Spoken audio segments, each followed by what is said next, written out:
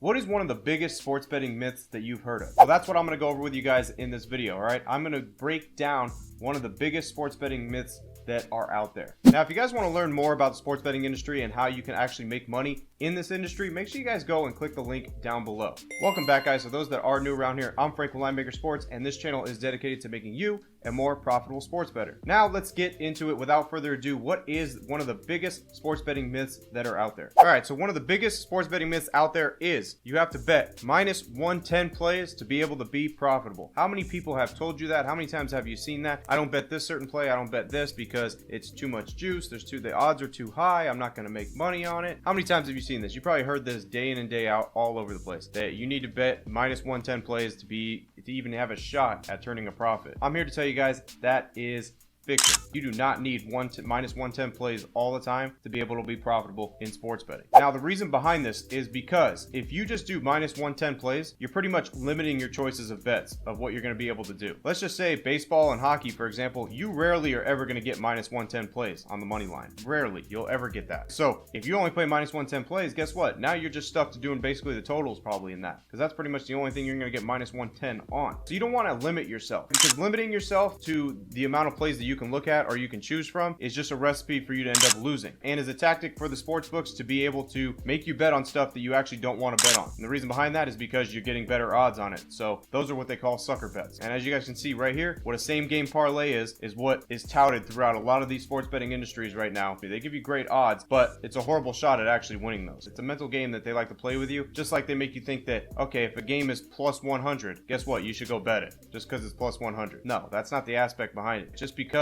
it's even money does not mean you should bet it. Doesn't mean it's a good bet. That's very, very, off. And I see this in the sports betting industry a lot. And it's just not what you guys should be learning on what to do. All right. Because in the end, you're just going to lose more money than you're going to win by chasing stuff with just better odds, just because it has better odds. So now, if you guys want to learn more about this stuff, make sure you guys go and click the link down below so I can teach you one-on-one on how you can actually turn a profit when it comes to sports betting. Now, let's get to number 3. This is an example that I like to use a lot. Let's say you limit yourself to minus 110 plays. Well, let's say this for an example. Now, let's say you had a minus 150 play that you didn't end up playing because you didn't like minus 150. You didn't want to pay that much juice. You don't like the odds on that. So you end up going and playing a minus 110 play. So minus 150, you would have made, a decent amount of money. Minus 110, you almost get even money back on that. So that's the reason you went and played minus 110. Well, guess what? You end up losing the minus 110 play. And guess what? The minus 150 play ended up winning. So what would you rather do in this case? Would you rather take a little bit of a profit and actually make some profit? Or would you rather just give away your original stake? Give away because you're going to